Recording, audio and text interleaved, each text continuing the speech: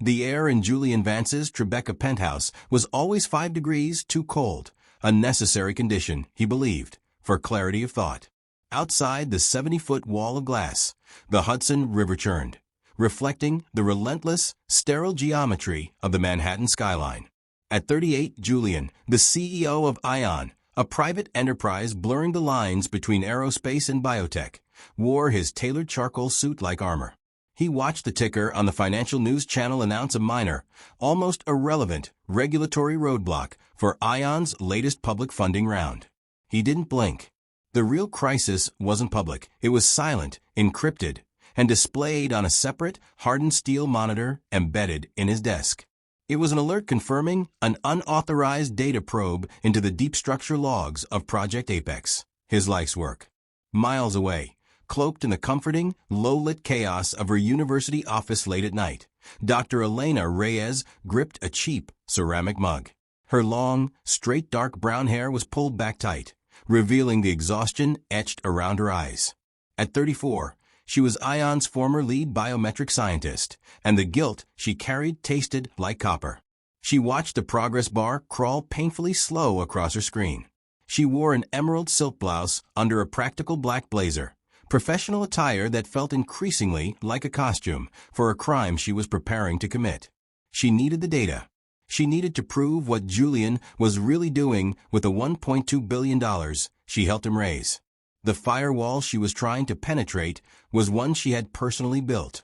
The irony was a cold comfort. It's not about the money, Simone. You know better than that. Julian's voice was low and controlled, projecting across the cavernous, oak-paneled study in the Vance estate in Greenwich, Connecticut.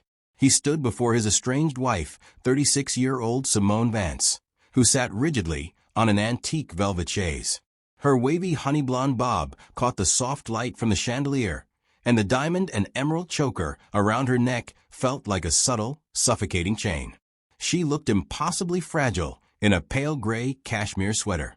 The Vance Foundation, which Simone oversaw, had inexplicably rejected a 7-figure grant request from a shell corporation Julian used to funnel funds to Apex. Simone met his intense blue eyes. It was the paperwork, Julian. It didn't clear the ethical review. The project description was deliberately opaque. Her hands trembled slightly. The tension in the room wasn't marital. It was corporate warfare masquerading as a divorce negotiation. Julian was looking for a leverage point she didn't know she possessed. Now, before I tell you what happens when a scientist decides to take down her former CEO, I just wanted to say that creating these deep dive stories takes an unbelievable amount of research and effort. If you're enjoying the layers and the atmosphere, please consider hitting the like and subscribe buttons. It genuinely tells me I'm on the right track. Meanwhile, in a windowless room downtown, Ethan Hale, Julian's 42-year-old former federal agent turned fixer, watched the same data probe alert flash across his wall of screens. Ethan, black American with a close-cropped haircut and a neat beard, was impeccably dressed in a tailored cream knit polo. He tracked Elena's IP address, moving through a series of proxies like a predator tracking prey through dense fog. The small scar above his left eyebrow twitched faintly. He logged the coordinates, his gaze cool and detached. "She's crossing the line," he confirmed silently. Back in her office, Elena received a single, encrypted text message on a burner phone she never used. Access denied. Re-Apex. The word Re-Apex was a deep-cut internal code she and Julian used years ago. It wasn't just a threat. It was a personal reminder of their shared past and her complicity. Her eyes widened, realizing Julian hadn't just noticed her. He had been waiting for her. At the Greenwich estate, after Julian left, Simone, seeking any form of closure, wandered into the empty library. She didn't trust Julian's motives for the visit. She ran her hand over the hidden compartment in his favorite leather chair and found not divorce papers, but a laminated printout of a single, grainy thermal scan of a human hand. The heat signature was wrong. Deeply, clinically wrong. It was chilling. Julian was back in his penthouse, the city lights reflecting coldly off the platinum Rolex on his wrist. Ethan's confirmation pinged on his secondary screen. Target active. Julian looked out at the city, a controlled smile touching the corners of his mouth. He typed a single, chilling instruction into a secure chat. Phase 1. Containment. The moment the re-apex warning hit her phone, Dr. Elena Reyes knew the game had changed. Julian Vance wouldn't just block her. He would try to erase the slate entirely. Julian's containment protocol, she realized with a sickening lurch, wasn't just about protecting his proprietary science. It was about wiping the Project Apex servers, destroying the digital evidence of the 7 human trial subjects they had covertly recruited. The weight of that potential erasure, the complete annihilation of these individuals' official existence, was crushing. Clamping down on the panic, Elena, 34, Latina American, straight dark brown hair, desperate in her structured blazer, abandoned the university office. Her guilt had solidified into a fierce, directed purpose. She drove fast across the dark highways toward the city, acutely aware of the silence on the road, a silence broken only by the low-frequency hum of a large, dark SUV 2 cars back. Ethan Hale, 42, black American, close-cropped hair, tailored cream polo, wasn't aggressive. He didn't need to be. He was a constant, hyper-observant shadow. Ethan subtly adjusted his speed, mirroring her lane changes with the cool, silent patience of a predator who knows his target is boxed in. He wasn't relying on technology. He was relying on the psychological certainty that she knew he was there. His presence was the first stage of containment, a tightening vice. Elena's apartment was sterile, functional, and devoid of personality, exactly how a scientist on the run needs a base. She went straight to a hidden panel behind a bookshelf where she kept the relic, a custom-built, heavily shielded server cluster. This was her original Aion prototype. The legacy hardware Julian, 38, white American, slick back hair, ruthless in charcoal, had ordered decommissioned and destroyed 3 years ago. She had saved it, a sliver of professional paranoia she now considered prescience. Using the prototype's backdoor access, an exploit only the original architect would know, she bypassed Aion's primary network layers. The screen exploded with a torrent of white text on black glass. She was in. Thermal signatures like that, Simone, they're not from a burn or a natural injury, the high society lawyer murmured over hushed cappuccinos on the Upper East Side. Simone Vance, 36, white American, blonde bob, pale gray cashmere, brittle resolve in her eyes, clutched the laminated scan like a toxic secret. Their signatures of targeted biological manipulation, often connected to high-level, black-market gene therapy projects. The kind of thing old money foundations warn against. Simone felt the fear melt away, replaced by a terrible certainty. Julian's greed wasn't corporate, it was monstrous. She stood, the diamond and emerald choker flashing. She wasn't just escaping her husband now. She was fighting a secret war to redeem her own complicity in his rise. Years ago, Julian, then just 32 and already radiating cold ambition, sat with Elena in a minimalist San Francisco office. The ethics board is delaying the first phase, Elena. We lose the funding window if we wait, he had stated, his voice flat. Elena, younger, more idealistic, had pushed back. We need 3 more months of non-invasive data. The biomarkers are too volatile.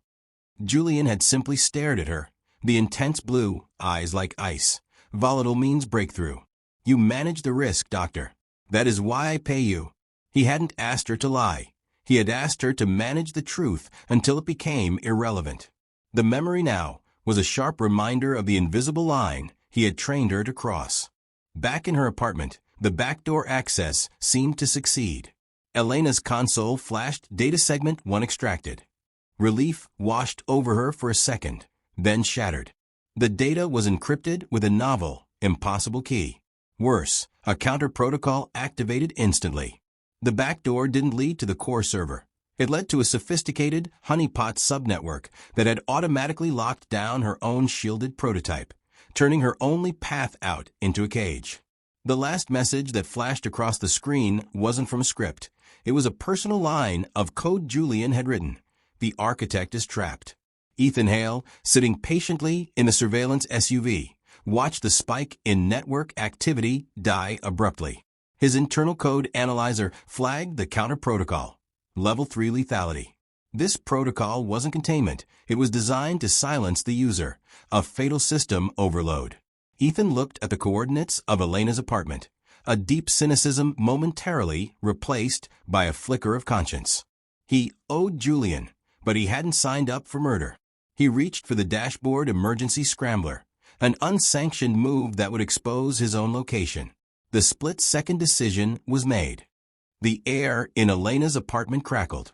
The prototype server, her last hope, was screaming, a high-pitched whine signaling immediate, catastrophic system failure orchestrated by Julian's counter-protocol. Just as the smoke began to curl off the housing, the noise cut out, the power dropping instantly. A moment of absolute, deafening silence. Ethan Hale, sitting in the surveillance SUV just 2 blocks away, had hit the scrambler. The unauthorized energy pulse, a blast of white noise engineered to disrupt targeted, high-frequency digital attacks, had risked exposing him, but it had bought Elena her life. For Julian Vance, 38, cold-eyed CEO, this unauthorized action was a profound betrayal. Elena, 34, Latina American, long dark hair, adrenaline fuel focus, didn't waste the silence.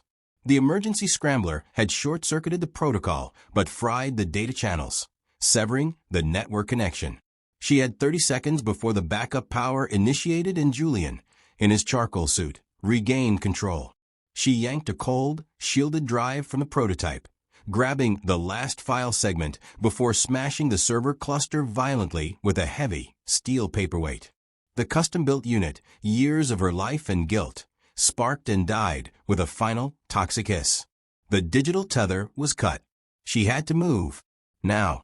Julian, back in the silent, glass fortress of his penthouse, watched the chaos ripple across his central control board. The red warning flashed. Unauthorized shutdown protocol.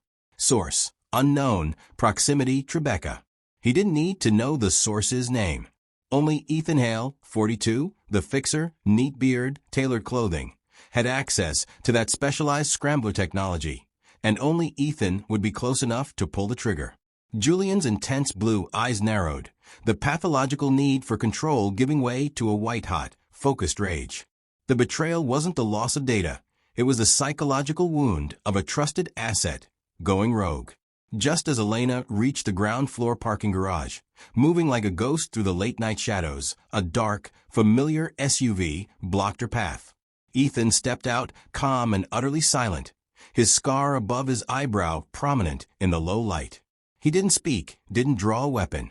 He simply looked at the drive in her hand, then to the smoking briefcase she carried, and then pointed west toward the waterfront. His expression, usually cynical, was unreadable, a silent confirmation of his loyalty shift. Elena understood. He saved her, but he was exposed. This was their only chance. She ran. Meanwhile, Simone Vance, 36, blonde bob, determined in her pale gray cashmere, used the social currency Julian had hated, her network of old money contacts and quiet influence. A former colleague of her father's provided the location tied to the black market thermal scans.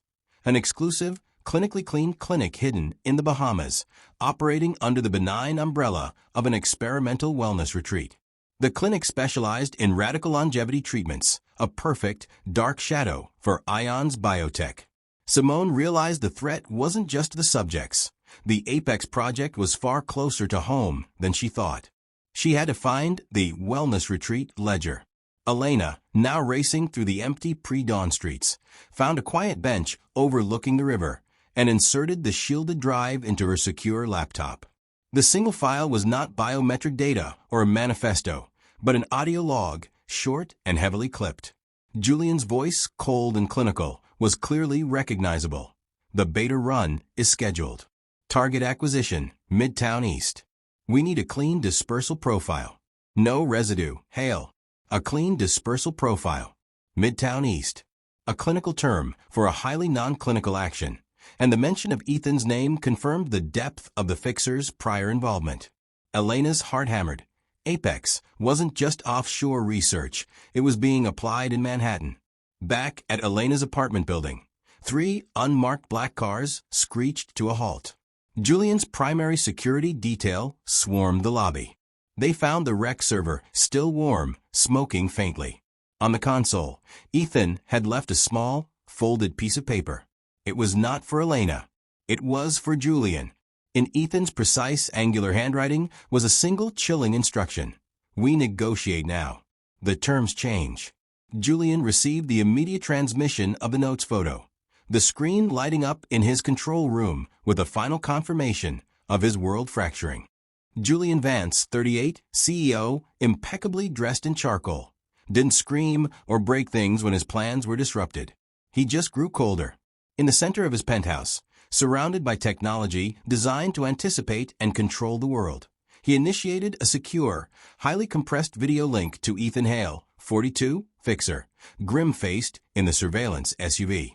We negotiate now, Julian stated, his voice a low, terrifying monotone. Start by defining terms change, Ethan. Because the last time we spoke, your term was loyalty. Ethan, holding the line, met the CEO's icy gaze. The term is survival, Julian. You tried to execute her with level 3. My new rate is double the standing fee, deposited to the Cayman account, and a signed, ironclad agreement for lifetime non-interference for me and my family. Julian leaned in, his blue eyes intense. You think money buys me, Ethan? It buys me time. You betrayed my trust. What happens if I expose your activities in the Eastern District years ago? The Feds still haven't closed that file, have they? The unspoken threat was a chilling, perfectly placed psychological strike, revealing Julian's deep file on his own fixer. In a quiet corner of a municipal library, Elena Reyes, 34, scientist, dark hair pulled tight, wearing a dark blue turtleneck, hunched over her laptop, triangulating. The audio clip's mention of Midtown East was their only lead. She cross-referenced old Aion infrastructure surveys. She knew Julian often bought forgotten assets for tax write-offs, with public building permits. The location had to be nondescript, centrally accessible, but invisible to the grid. She layered the data: proximity to major data lines, subterranean access points, and proximity to high-density population areas. The map coalesced around a long-decommissioned telephone exchange building near Grand Central. The perfect, silent vault for a covert operation. Meanwhile, Simone Vance, 36, socialite, honey blonde bob, now wearing a sophisticated white linen dress, her emerald choker concealed, had landed in the Caribbean. She walked the manicured grounds of a longevity retreat, impersonating a potential multi-million-dollar investor. The clinic was all false serenity and controlled temperatures. Using a minor distraction, Simone slipped into the administration annex. The Apex subject ledger was stored not digitally, but in a physical file, a perverse analog vulnerability. She quickly scanned the transfer protocols and the patient list. Back on the secure video feed, Julian agreed to the terms. The funds will transfer, Ethan. We both understand leverage. He needed Ethan alive and believing he had won. Ethan knew he was gambling everything. The protocol stops, Julian. You pull back your security, and you abandon the level 3 threat against Elena. Julian nodded curtly. The call terminated. Julian immediately turned to a secondary communications device, a secure satellite phone he kept separate from his corporate systems. He dialed a foreign number. He's compromised. Initiate the zero trace protocol. Eliminate the target and the asset. Ensure absolute deniability. His decision was final, predicated on the ruthless belief that no asset was irreplaceable. Elena had the location, the Roosevelt Exchange, 4 floors underground, listed as decommissioned data storage. The dispersal profile in the audio log now made sense. They weren't transporting things. They were transporting people into the subterranean vault. As she quickly printed a schematic, the name of the individual Simone found in the Bahamas ledger flashed through her mind. Daniel K., Subject 5. Simone, 36, now standing in the hot Caribbean sun, holding the ledger, felt a cold wave of horror. Daniel was a young man with a chronic, debilitating illness her foundation had been helping for 2 years. Julian hadn't recruited him. He had stolen him from beneath her care. The corporate crime was no longer abstract. It was a personal atrocity orchestrated against someone she knew and protected.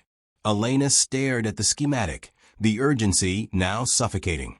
Daniel was not a clinical subject. He was a desperate patient being used as a human vessel for a dangerous biotech trial. She had to get to the Roosevelt Exchange before Julian's team initiated the beta run, the final irreversible phase. The only way in was through a maintenance tunnel accessible from the deep subway lines. Her guilt was now fully transmuted into action. The clock was ticking, and the beta run was tonight.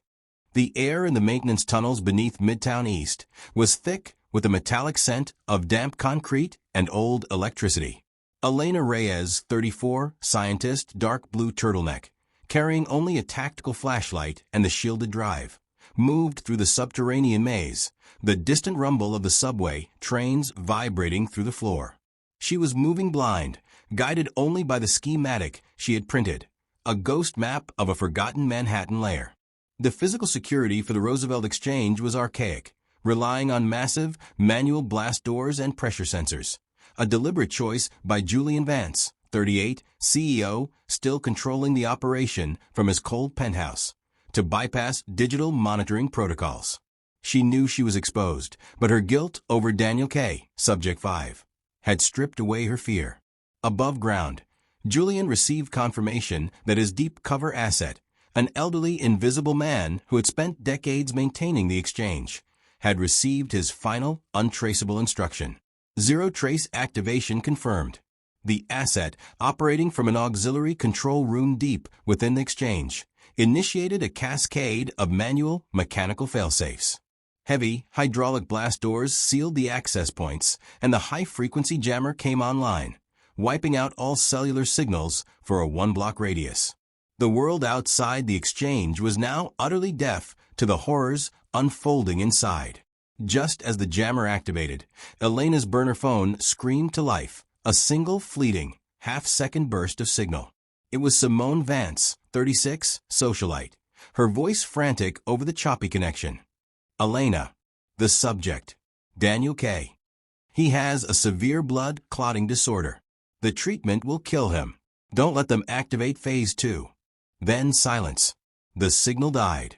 Elena, now armed with the personal lethal vulnerability of the subject, felt a surge of cold terror. Julian wasn't just performing an unethical trial. He was enacting a death sentence based on flawed data. Ethan Hale, 42, fixer, grim resolve on his face, tracking the sudden, absolute silence caused by the zero trace jammer, knew Julian had lied. The Level 3 protocol was a ruse. The zero trace was the kill order. Julian was cleaning house, eliminating both Elena and the asset who had crossed him. Ethan, now moving fast through a separate, abandoned utilities conduit, knew he couldn't reach Elena in time. His only move was to create a violent diversion. He located the central auxiliary room on the schematic, the source of the jamming signal, and accelerated, his debt to Julian now irrevocably dissolved by his own conscience. Elena reached the main vault. She bypassed the final massive pressure lock, stepping into a blindingly sterile subterranean operating suite. The temperature here was glacial. The sight was worse than any data log. In the center, Daniel K., a young, slight figure, was strapped to a complex bioharness, connected to humming silver machinery that filled the room. The surgical team, masked and operating with detached precision, were preparing the injection. Project Apex was real, horrifyingly physical, and seconds away from activation. In his penthouse, Julian watched the low-latency feed from the vault's single camera. He saw Elena burst into the frame, her face pale with horror. For a fraction of a second, the image of his former partner, the only person who truly understood the architecture of his ambition, broke his composure. A flicker of genuine pain, or perhaps regret, crossed his face. She was supposed to be loyal, he thought, before violently suppressing the emotion. Initiate immediate data wipe on all external drives, he commanded, his voice returning to ice. The subject is secondary to the cleanup. Stop, Elena screamed, dropping her briefcase. The shielded drive clattered loudly on the steel floor. The surgical team froze, turning toward the sound of the disruption. Before she could articulate Daniel's fatal condition, the silence of the exchange was violently shattered by the sound of metal tearing metal in the adjacent tunnel, followed by a sudden, vicious struggle. Ethan had found Julian's asset. The noise was loud and unmistakable. The surgical team leader, without hesitation, yelled, "Phase 2 immediate activation. Disregard external contamination." The machine beside Daniel K. began to whine, the plunger on the syringe already moving. The violence in the adjacent tunnel was followed by a deafening crack, not a bone, but of metal shearing under duress. Ethan Hale, 42, the wounded fixer, beard dusted with concrete, had intentionally leveraged the auxiliary room's outdated wiring, sacrificing the power grid to silence Julian's deep cover asset and, crucially, halt the protocol. The cold surgical white light in the Roosevelt Exchange vault died instantly, replaced by the flickering, sickly green glow of emergency backup power. The complex, silver machinery screamed to a halt. Phase 2 of Project Apex was arrested, the lethal syringe frozen mid-descent toward Daniel K. Elena Reyes, 34, scientist, breath ragged, illuminated by the green flicker, moved with instinctual speed, the sound of Ethan's diversion echoing in her ears. She ignored the confused shouts of the surgical team. She ripped the bioharness connections from Daniel, Subject 5, young, pale. The critical files on her shielded drive, the evidence Julian, 38, CEO, still reigning in his silent penthouse, would sacrifice everything to retrieve, felt like a lead weight. She couldn't carry both the barely conscious patient and the evidence through the labyrinthine tunnels. In his penthouse, the screens went blank. Julian watched his meticulously constructed fortress of control collapse. He knew Elena was alive, and he knew Ethan was gone. Julian's mouth twisted into a snarl of final, absolute vengeance. He typed a complex command sequence, launching a digital ghost protocol across multiple dark web news aggregators. The protocol was a preemptive strike, weaving a fabricated narrative of corporate espionage, ethical misconduct, and reckless financial mismanagement, all framing Dr. Elena Reyes and the Vance Foundation, Simone's domain, as the villains. His final act was to discredit their credibility before they could speak. Elena, realizing the need for speed and deniability, made a devastating choice. Near the sealed maintenance tunnel, she found a recessed electrical junction box, an old Aion standard. She opened the heavy casing, inserted the shielded hard drive containing the audio log and schematic, sealed it tightly, and then, using her last functional bit of signal before the jammer completely choked the air, she sent a compressed GPS coordinate ping to Simone Vance's private, offshore communication line. The message was 2 words, junction. Find. A minute later, Ethan emerged from the chaos tunnel, his tailored cream polo torn, blood smeared across his cheek, the small scar above his eyebrow prominent. He looked back at the darkness, then to the nearest utility ladder leading to the surface. He pulled himself up, silent and resolute. He didn't look for Elena. He didn't look for Julian. He had fulfilled his debt by saving a life, and he was gone, abandoning the billionaire's dark finance world forever. Elena, dragging the semi-conscious Daniel, reached the emergency exit hatch. She glanced back at the surgical vault, illuminated only by the faint, eerie green light. Then she saw him, tucked into the sterile shadows, watching them leave with cold, clinical indifference, was a figure in a specialized Aion-branded uniform, a senior security specialist who shouldn't be there, who never appeared in any security log Julian had ever shown her. This figure was not compromised, was not fighting, and was clearly waiting. Elena's blood turned to ice. She recognized the man. He was the head of security for Simone's own foundation. Julian hadn't been working alone, and his true deep cover asset wasn't Ethan or the old maintenance worker.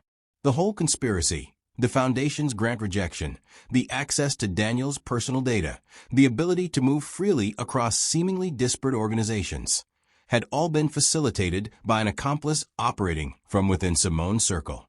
Julian had leveraged his estranged wife's loyalty against her, with the shocking realization that Simone herself was unknowingly trapped inside the network of betrayal. Elena pulled the hatch, dragging Daniel up into the unknown darkness of the Manhattan night, leaving the only irrefutable proof sealed in the darkness below.